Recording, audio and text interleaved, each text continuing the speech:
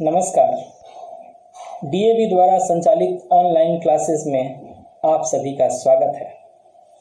मैं doctor Laxmikant Singh, DAV PG college Varanasi के इतिहास विभाग से एमए सेकंड सेमेस्टर के छात्रों के लिए political history of modern India paper से पॉपुलर अपराइजिंग्स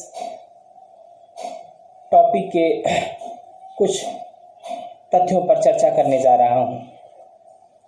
तो छात्रों, आज का हमारा टॉपिक है संथाल विद्रोह, संथाल अपराइजिंग। संथाल अपराइजिंग पर चर्चा करने से पहले हम संथालों के पृष्ठभूमि को समझने का प्रयास करेंगे, इस विद्रोह की पृष्ठभूमि को समझने का प्रयास करेंगे। संथाल वर्तमान झारखंड राज्य के उत्तर पूर्व क्षेत्र में स्थित एक क्षेत्र है, जहां पे आदिवासियों की बहुलता है।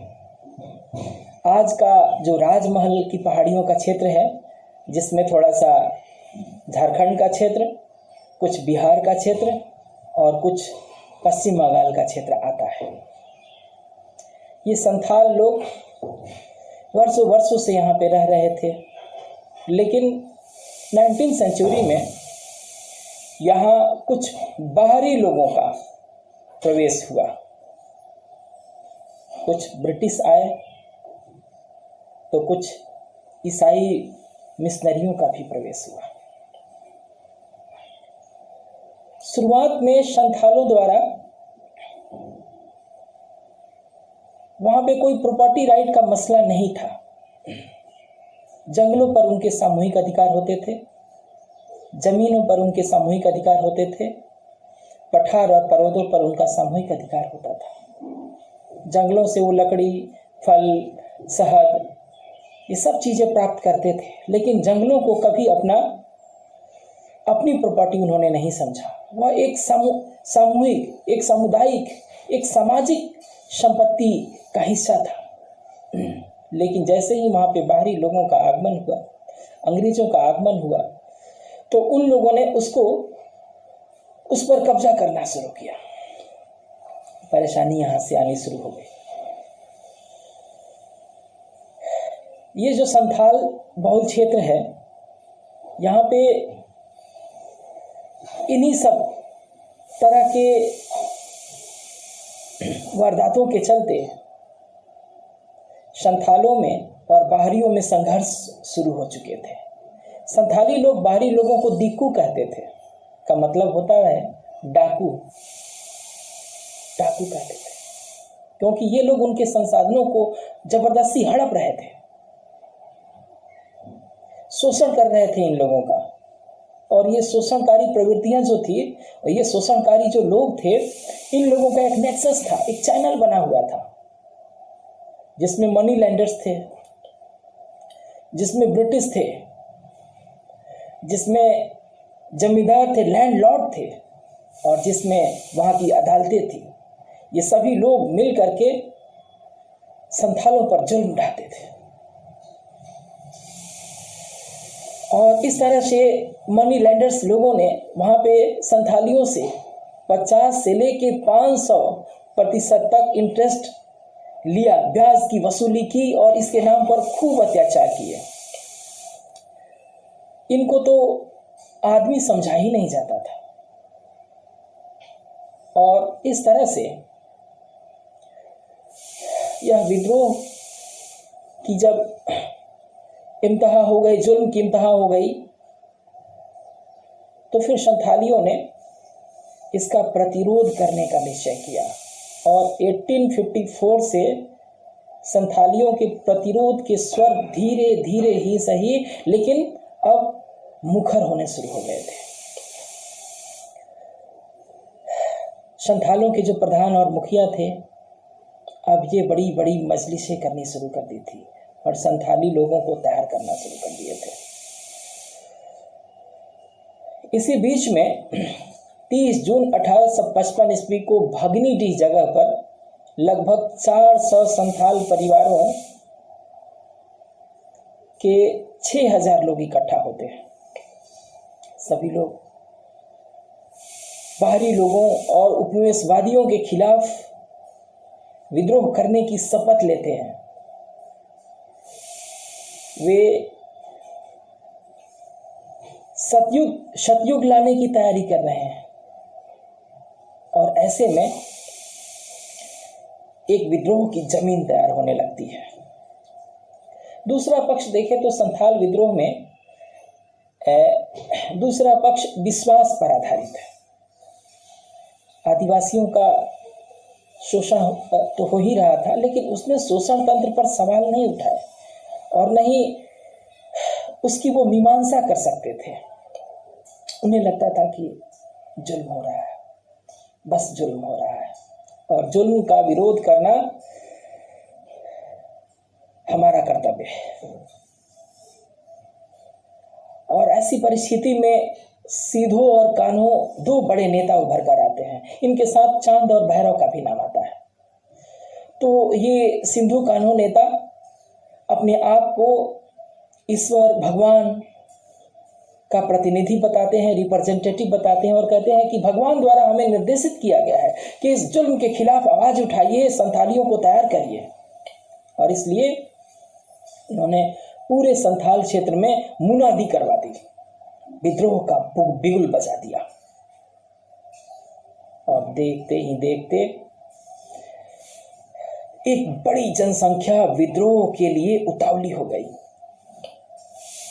एक बड़ी सेना तैयार हो गई संथालियों के, जो तीर कमानों से लैस थी। गांव गांव में इसका आह्वान किया जाता था और महिला, पुरुष, बच्चे, बुजुर्ग सभी लोग उपनिवेशवासियों से, बाहरी लोगों के लिए से युद्ध के लिए तैयार थे। इनके निशाने पर अंग्रेज नहीं थे, इनके निशाने पर केवल जमींदार नहीं थे, इनके निशाने पर मनी लैंडर्स नहीं थे, इनके निशाने पर वो हर शोषणकारी यंत्र थे जो उनका शोषण में शामिल थे, जिसमें अंग्रेज भी थे, जमींदार भी थे, महाजन भी थे और वो सभी सरकारी सिस्टम सभी थे इसमें, जिस पर संथालियों ने हमले करने शुरू कर दिए। और इस तरह से 60,000 की संख्या हो गई। 60,000 की संख्या मामूली नहीं होती है। विद्रोहियों ने एकजुटता दिखाया और संगठित तरीके से विद्रोह शुरू किया, जिसमें हर सरकारी इमारतों को आग के हवाले कर दिया जाता था। रेलवे लाइन, पोस्ट ऑफिस, सड़कें सभी संथालियों के निशाने पर थे। और इस तरह से लगभग पूरा संथाल विद्रोह के ज्वाला से धधक उठा। फिर अंग्रेजों ने इस विद्रोह को बड़ी ही बर्बरता से कुचलने की योजना बनाई और मेजर जनरल के नेतृत्व में 10 टुकड़ियां कलकत्ता से संथाल क्षेत्र में भेजी जाती है। 15,000 संथालियों को मार दिया जाता है। पूरा संथाल क्षेत्र आदिवासियों के खून से लाल कर दिए जाते हैं। सिंधु 1855 ईस्वी में पकड़ा जाता है और मार डाला जाता है। अगले साल कान्हो भी पकड़ा जाता है, उसे भी मौत की घाट उतार दिया जाता है। और इस तरह से संथालों की धरती पर फिर से ब्रिटिश सत्ता का परचम फहरने लगता है। 1856 तक ये विद्रोह को पूरी तरह से समाप्त कर दिया जाता है। लेकिन इसके लगभग 20 सालों बाद अंग्रेजों ने संथाल क्षेत्र को एक परगना घोषित किया और इसके लिए एक सेपरेट टेनेंसी एक्ट लाया, जिसमें संथालों के कुछ अधिकार को सुरक्षित किए गए ताकि यहाँ पे दोबारा इस तरह के विद्रोह उठ न खड़े हों। अंग्रेजों ने इस चीज को समझा कि इस सुदूरवर्ती आदिवासी क्षेत्र को शक्ति के द्वारा संचालित नहीं किया जा सकता है। यहाँ के कुछ परंपराएं हैं, यहाँ के कुछ रीति रिवाज हैं, इसका सम्मान करना होगा।